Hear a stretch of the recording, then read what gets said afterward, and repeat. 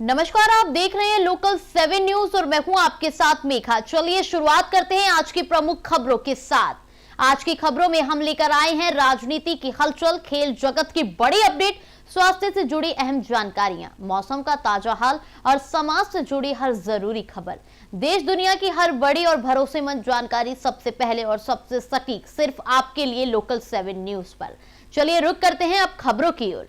पहली खबर मंडी से है, जहां सामाजिक प्रभाव आकलन रिपोर्ट 2023 के आधार पर ग्रीनफील्ड एयरपोर्ट नागचला को लेकर बलहा क्षेत्र में विवाद गहरा गया है। एसआर एशिया की रिपोर्ट में तकनीकी तौर पर बलहा की बजाय जाहू को अधिक उपयुक्त स्थल बताया गया है। इसके बावजूद उपजाऊ और बहुफसली भूमि पर एयरपोर्ट निर्माण की योजना का किसान संगठन विरोध भी कर रही है। बलहा बचाओ किसान संघर्ष समिति ने उपायुक्त मंडी को ज्ञापन सौंपते हुए परियोजना को बलहा से हटाकर जाहू में स्थानांतरित करने की मांग की है। किसानों का कहना है कि इससे विस्थापन कम होगा, पर्यावरण और खाद्य सुरक्षा सुरक्षित रहेंगी, जबकि वर्तमान प्रस्ताव उनकी आजीविका के लिए गंभीर खतरा बन सकता है।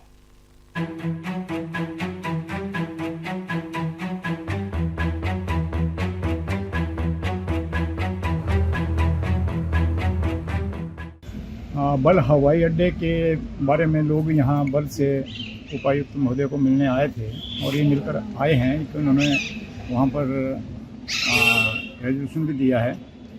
जहाँ तक इस अड्डे का प्रश्न है, ये हमेशा तब ऊपर आता है इसका प्रश्न जब इलेक्शन आते हैं। पिछली सरकार ने इलेक्शन के दौरान इस मुद्दे को भुनाया था। अब ये सरकार जो है दोबारा इस मुद्दे को भुना रही है और लोगों को बेवकूफ़ बना रही है।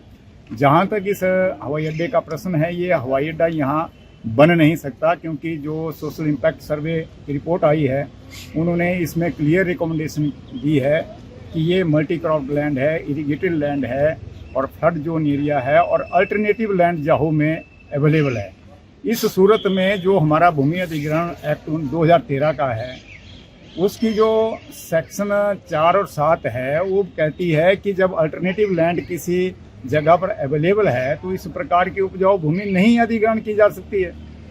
फिर भी अगर सरकार इस पर अड़ी रहती है तो इसके पीछे सरकार की ये मंशा नहीं है कि ये हवाई अड्डा केवल यहीं बनना चाहिए, परंतु कुछ नेता जो है बल के जो जनसंख्या है इसके घनत्व को डिस्टर्ब करना चाहती है। मेन मुद्दा इनका ये है, क्योंकि जाहू और बल में कोई ज़्यादा डिफरेंस नहीं है। जब जाहू से जो रोड आ रहा है वो बिल्कुल नेशनल हाईवे बन रहा है और 15 मिनट में हम नेर चौक से जाहू पहुंच सकते हैं, तो वहाँ हवाई अड्डे पर बनने में किसका एतराज़ होगा। लोग भी देने के लिए तैयार हैं। वहाँ पर सैकड़ों बीघा लैंड जो है खाली पड़ी है, कहीं पर आसपास कोई पहाड़ी नहीं है, कहीं आसपास कोई टावर लाइन नहीं है।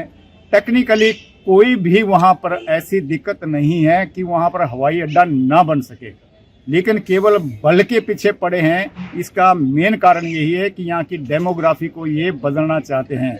एक बार पहले भी इसका अटेम्प्ट हुआ था जब बीएसएल प्रोजेक्ट बन रहा था। ये जो सुंदरनगर की झील है, ये बल में बनाने का इनका प्रपोजल बन गया था, ताकि यहाँ से इन पब्लिक को, इस जनता को उठाकर राजस्थान भेज दिया जाए। और राजस्थान में जो गए हुए हैं, आज भी पौंग डैम के औस्ती वो बेचारे रो रहे हैं, ना उनको ज़मीनें मिली, ना घर बने वहाँ पर, और वहाँ से उनको भगाकर दोबारा यहाँ वापस भेजा है। और आज वो सारी सरकारी भूमि जो है आसपास पौंग डैम के, वहाँ पर वो बसे हुए हैं। और यही हालत यहाँ बल के लोगों की होगी।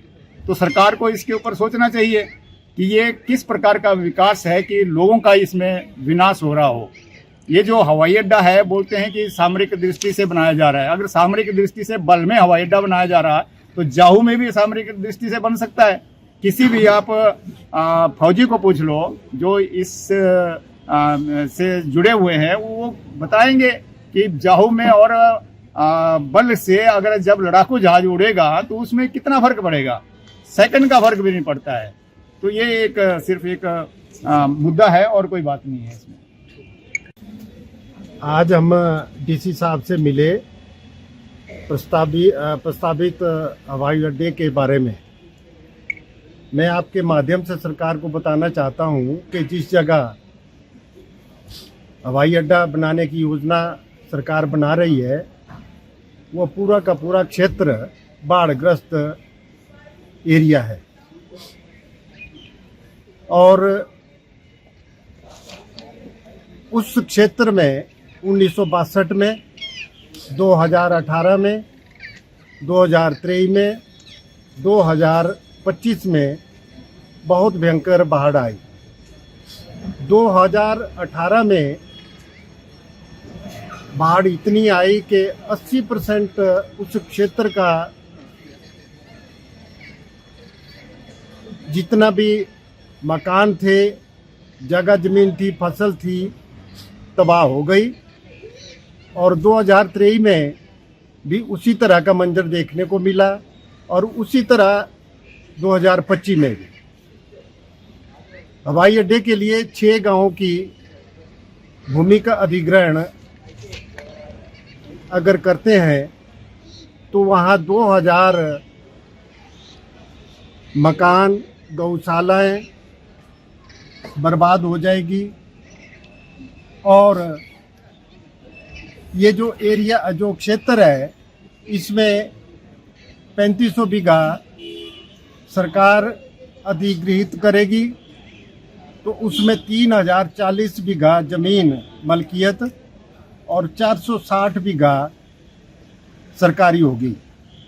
लेकिन इसके साथ साथ सरकार की योजना है कि 7 से 9 मीटर तक इस हवाई पट्टी को ऊंचा किया जाएगा, तो उसके साथ साथ और जगह की उनको और जरूरत पड़ेगी। तो मेरा यही सरकार से अनुरोध है कि इस हवाई अड्डे को कहीं दूसरी जगह स्थापित किया जाए।